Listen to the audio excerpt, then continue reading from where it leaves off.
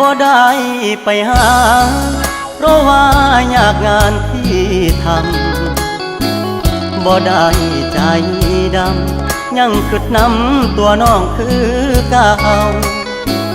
บ่ได้เปลี่ยนไป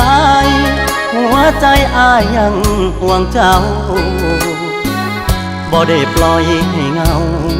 เสาร์อาทิตย์ติดงานโอที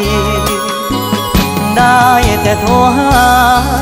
น้องคงจะไม่ว่ากันบ่เคยเปลี่ยนพันสัญญาหักมันคนดีบ่ได้กักมีกิ๊กบ่ได้หลีกสัญญาที่มี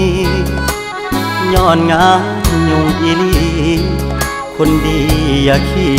ยดอายเด้อ